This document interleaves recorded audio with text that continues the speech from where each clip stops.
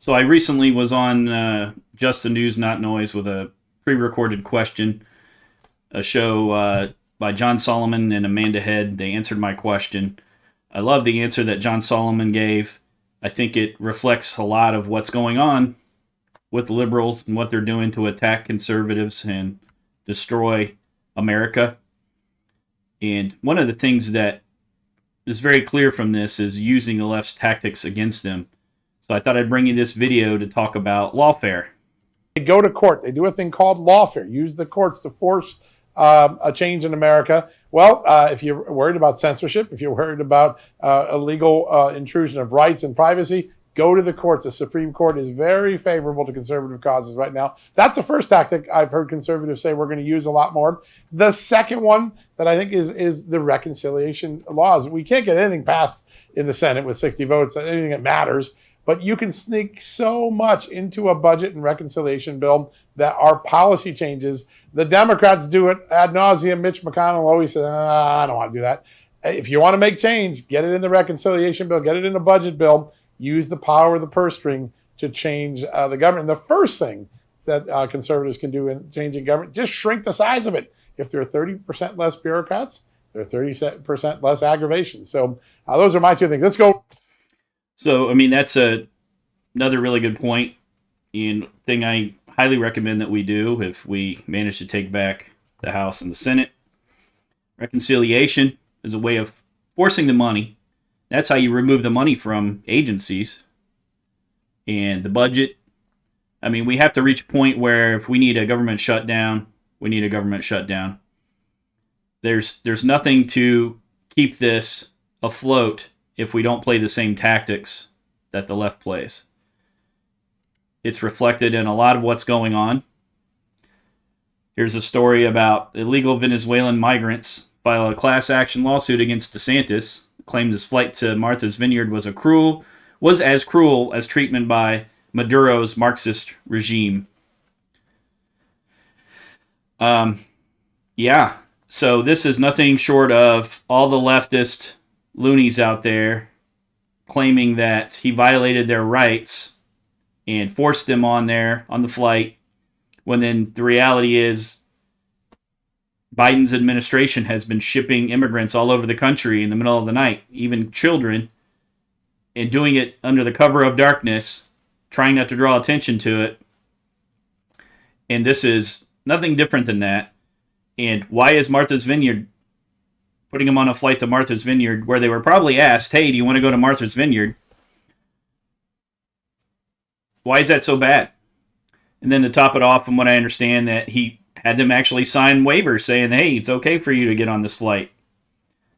So the idea that the left is now going to sue, regardless if he has waivers signed or not, they're still going to sue. The fact that you can sue so easily in the U.S.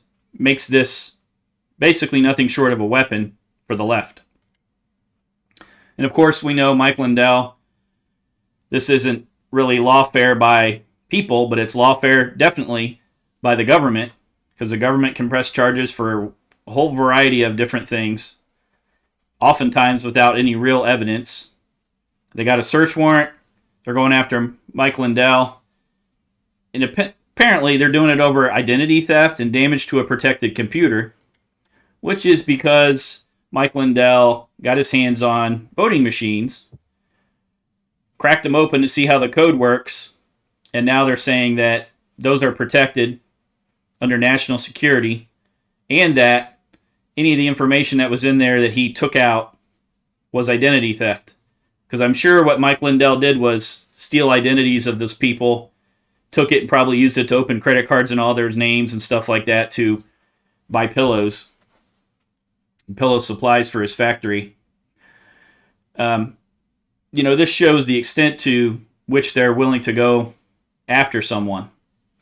If that code and everything was so bad, why wouldn't they do something long before this? The whole point of this is that they're trying to do it all right before an election cycle, and they're trying to put all these people that are in the public eye down so that you can't vote for them, you can't get support from them, you can't hear from them on things that conservatives have a problem with. Instead of investigating potential election irregularities. They go after people that are doing that job for them and saying that, hey, you can't do this. As a private citizen, you asked your government to do something. They didn't, but you as a private citizen can't take it upon yourself to do that. And that brings me to, they took his phone. They went after and found him and took his phone. And a lot of people were asking about, well, can I be questioned about the contents and stuff on my phone? I did a video about search warrants and what you need to know. And I want to tell you again, just to make it clear, do not cooperate with the FBI. The FBI does not record interviews and interrogations. They can say whatever they want about what you said. And there's no proof one way or the other except their word against yours. Furthermore, a search warrant for them to take something does not compel you to speak. I want you to know that. And then there's New York Attorney General 𝓟𝓛𔔔 James. Here's a story about her making a major announcement. Well, that major announcement was that she was going to file a lawsuit against the Trump family. She's the Attorney General, but she's got to file a civil lawsuit against the Trump family.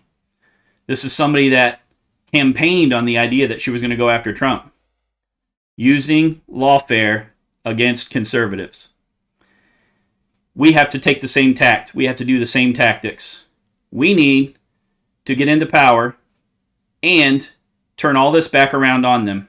Investigations, lawsuits, lawfare against things that we think are wrong.